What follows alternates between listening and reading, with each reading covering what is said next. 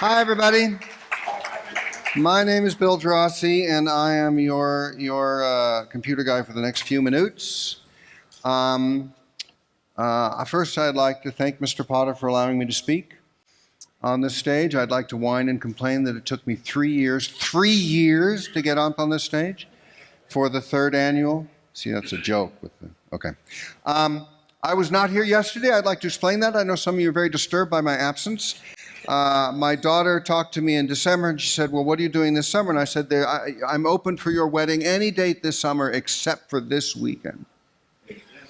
And she scheduled it for Friday night. So I have an excuse for not being here yesterday. But I missed each and every one of you. I want you to know that. Okay, so how computers actually work. There's my name and my number and my email address should you wish to contact me. One of the principles through which I teach is there's nothing so practical as a good theory. So I am going to, that's not a laugh line. Look, I'll cue you for the laugh lines if you need it, okay? But that is not a laugh line. There's nothing so practical as a good theory. So I'm going to actually talk to you about, like how this stuff actually, works.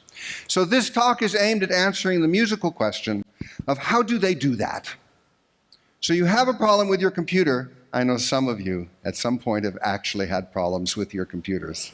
And you can't figure it out, and you do the various things you're supposed to do, and you can't figure it out. You call someone in, and they walk in, and you explain it, and they go, oh, have you tried that? And that is so annoying, because usually you can see right away, oh, God, of course, why did I? Well, this talk will attempt to give you the underlying thing you figure out after you've spent the thousands of hours that the computer guy has done. I have essentialized what I have come to understand about computers, and I intend to shove it into your heads in this talk. It only solves about 80% of the computer problems, but that's actually pretty good. All right, so. Yeah, I already said that, didn't I? Oh, and I'm going to be here in the afternoon after lunch. If you want to come sleep in these chairs, they're quite comfortable. And I will go through the other half, which is about after you've made the diagnosis. In this, I intend to do the diagnosis, and then what do you do once you have a diagnosis? That's the other half. And we'll have a lot more time for Q&A and examples and illustrations. I think that's all I need there. Okay. Just for giggles, anyone recognize what that is? An ENIAC? Oh, you guys are so wrong. That's a Bomba, B-O-M-B-E. This is the machine that Mr. Turing worked on in 1940. When did he do that? 40, 41? 42. Anyway, I've seen that movie. Okay, that's the machine he worked on. And we did get from there to there. All right, these are the 6 levels of computing.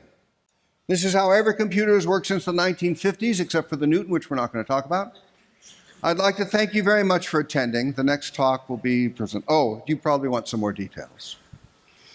All right, so there is the user level, the document level, the application level, the system level, the network level, and the hardware level. I read that to you, even though the slides are here just to annoy you.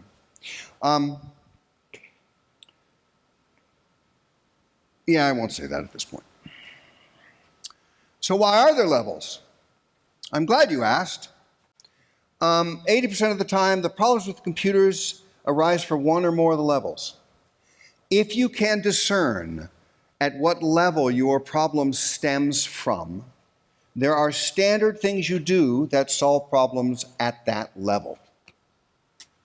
So this part, this bit of time here is to quickly go through how do you diagnose based on the symptoms given you or that you experience, how do you diagnose what level the problem is at.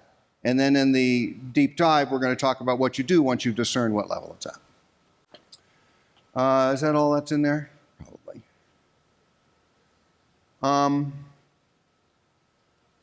Yeah, okay. That's good enough. We'll keep going. So the user level. How do you determine whether a problem is at the user level? Before we can get there, you have to get used to working with users. Now, I am a computer user because I use computers. But I don't mean me when I say computer user. I mean real people, right? So, for instance, a lot of people think computers are these massive intriguing, subtle, amazing things. Ineffable, in effect. So let's consider that viewpoint for a moment. Okay, we've considered the ineffable bit. Let's now take it apart and explain it. So I get people who call me up and say my computer is broken. And in about 12 questions over about 8 minutes, we actually find out that I can't get that email that Aunt June sent me. Now, to me, as a computer guy, when a computer's broken, the term I use is stone cold dead. No lights, no sounds, no nothing, right? That's a computer that's broken. But real people actually, listen to this, you'll like this. Real people actually like their computers to do things. I don't understand, right? To me, it's like, oh, that's an intriguing problem, how this they want. Can I just get it to work again? Oh, all right, fine. So part of dealing with users is proper translation and understanding. You have to be able to talk to people. Now, part of it is that they don't know what you know. Part of it's just jargon. And worse than that, they'll have heard words and they'll use them incorrectly because they think it's impressive, right? But you have to actually talk to them to figure out what the deal is. Don't be rude. Computer people have an awful reputation for being rude. It's sad. It's sad. Computer people are really good with machines, and people are not, how do we put it nicely, machines. So don't be rude. They only know what they know. And there was a time, I can guarantee you, when you were just as ignorant as them. And ignorant is not stupid, just so you know.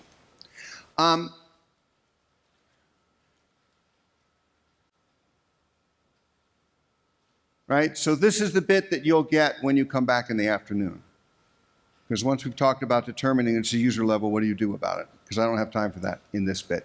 So let's go to, how do you diagnose if a problem is at the document level? Documents are what users create and edit. They're the content. They're the things we care about. So documents are word processing documents, pictures, stuff like that. That's a document. And the standard thing to do is, the complaint you may hear is that every time I open this file and scroll to the bottom, the app crashes. Now, is that an application level problem? It's not a user level problem because we've actually gotten them to say something that makes sense to us. So is it a document level or an application or one of these other levels?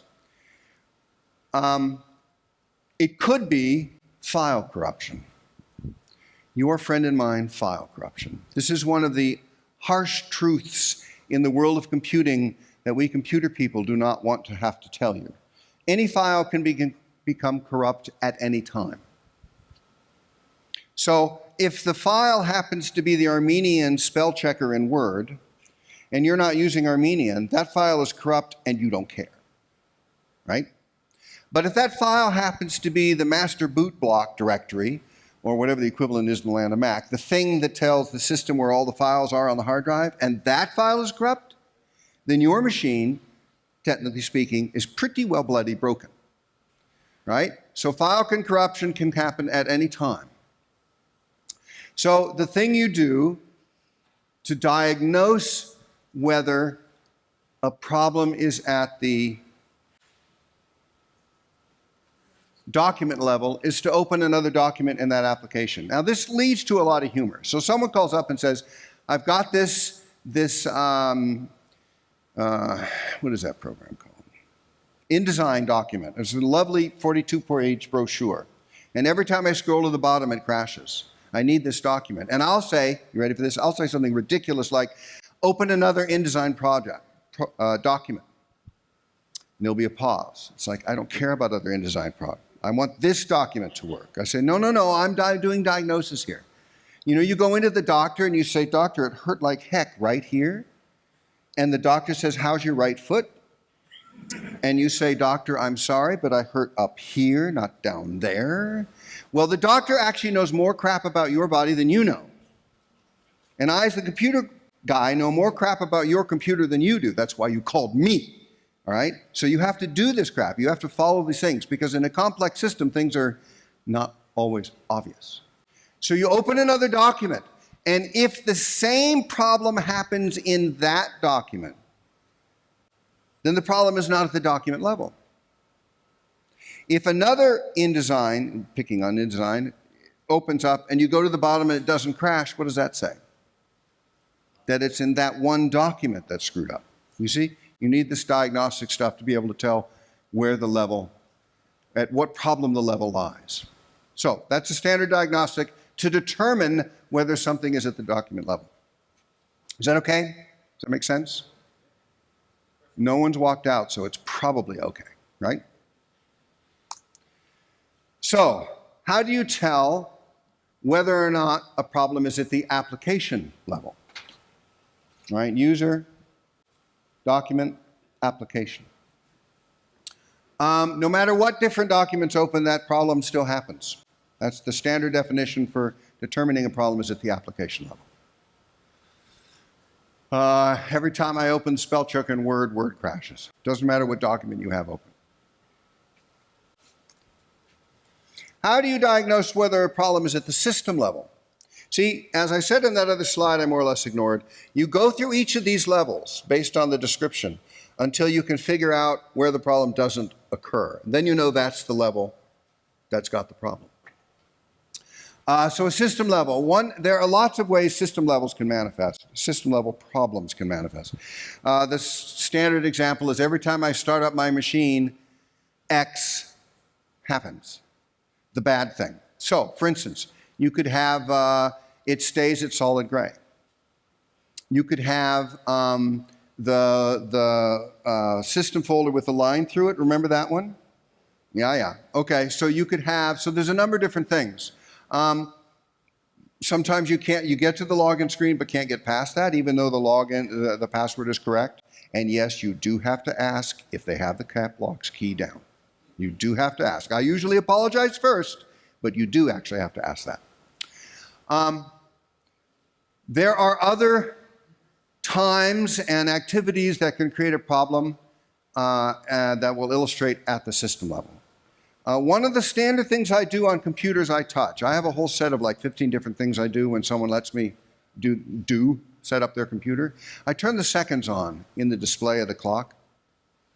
Now I do not need to see this computer count off the seconds of my ever-diminishing life, okay? I don't need to do that. I don't need that machine to do that. But if you think you have a system-level problem and the seconds are still ticking, you know at least that much of the operating system is still running. And you should probably wait a little while longer. But if you look up there and the seconds are hung, honey, it ain't not working right. And you know you have a system-level problem at that point.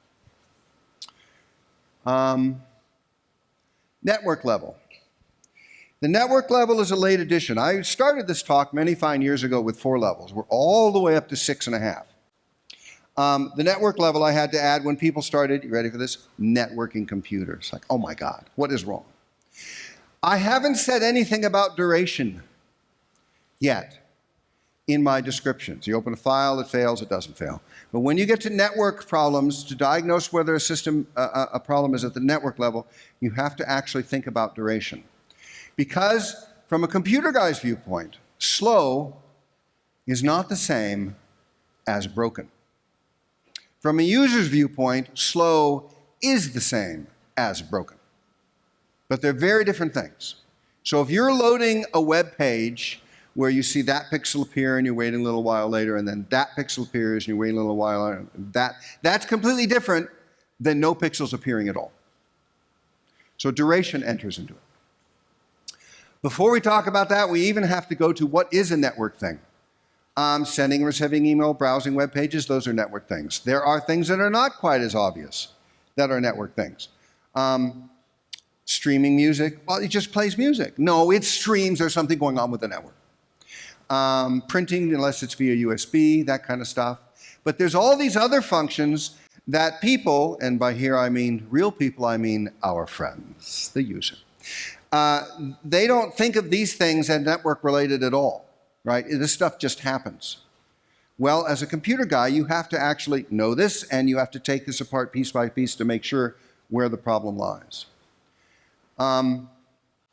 So the standard diagnostic for determining whether something is the network level is to do something else network related on your computer. You get this, people get upset about this. It's like, I'm trying to get to CNN. They have a thing on, and I can't get to CNN. And I'll say, okay, go to the Chicago Tribune website. I don't want to go to the Chicago Tribune website. No, go to the, right? Because the problem may be with the server that's managing CNN. But if you can get to the Chicago Tribune, we know the problem is not with your network connection and not with the internet itself, right? You're isolating what possibilities are. I have a lovely slide with the 13 different things that have to work in order to get an internet connection to work, which I give people both to inform them and to make them realize that there could be many fine answers and it's complicated. See, real people think computers just work. If anything ever just works on a computer, it's because somebody has already spent 4,000 to 10,000 person hours making it just work. One of my standard sayings is, I know enough about computers to be amazed they ever work at all. This is called expectations management. So this is the time one. Is it slow or is it broken? It feels broken, but it may just be slow. Generally, waiting is, and I talk about turning on the seconds. It's really funny. I intend to write a book someday about what I've learned as a computer guy. And in the chapter about users, one of the in the chapter about computer guys, one of the subchapters is going to be waiting. How many of you have gotten a frantic phone call? Oh my God, the entire thing's broken. I need you here immediately because I just can't do anything. It's like, okay, I'll be there in about 12 minutes. You're there in 14 minutes. Oh no, it's fine now. It's okay. I figured it out. Thanks though. They didn't bother to call to say I didn't have to run up the stairs, but you see, it's because now it works. And the delay of getting there actually solved the problem or allowed them to solve the problem. Okay, diagnosis hardware level. The standard diagnosis for hardware level is stone cold dead. All right, we computer guys really like stone cold dead. What we do not like is, oh, on Wednesday it did something. What was the thing it did? Let me think. It was, no, it wasn't that. Okay, we don't like that. We like stone cold dead. So that then we can change something out and see if then it isn't stone cold dead. See how that game works? Intermittency, you get failure of hardware, which we love because it actually dies. But we also get intermittent failures, which are nerve bending. It's just awful to try and figure that out. So you test, if it is literally stone cold dead, you have to change out the power cord, you have to write, this is all the solutions we're going to go through in the deep dive, that kind of thing. Battery intermittent overheating. Now, here's the Lucky Strike Extra. How many of you know what a Lucky Strike Extra is? Oh my God. Ignorance just blooms. Okay, so you know the My Hit Parade show, right? From the 1930s on the radio through the 1950s and early 60s, right? And for years on the radio, it was sponsored by Lucky Strike cigarettes. There was a time when you could actually have cigarettes as sponsors. And they would play the 10 songs. Well, it's actually filling 30 minutes with 10 songs doesn't really take all that long. So they would occasionally throw in a song they were trying to promote, and they would call it, you ready for this? A Lucky Strike Extra. See, put that in your Funkin' Wagnalls. All right, so I have the 6 levels, and I'm questioning in my own alleged mind whether I actually need 7. And the 7th level would be between the user and the document, and would be called user design.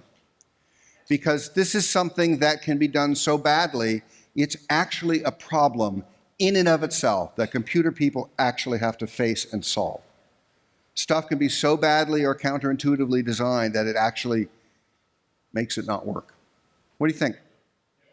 Is that worth the level? All right, so I have a few more minutes. How many few minutes do I have? I have 1 minute. Oh my God. Okay, who has a question that would entertain us all? Okay, inform us all. Tell me this is so clear, Dad. All right, but is this of use? I mean, the idea of analyzing a level, the idea of levels, and are these 6 levels, I think, useful? This is the best I've come to figure out so far. Yeah, good. Okay, so I'm going to go away. I'll be back on this stage after lunch to do more intelligent things and talk more about all this. And I thank you for your kind attentions.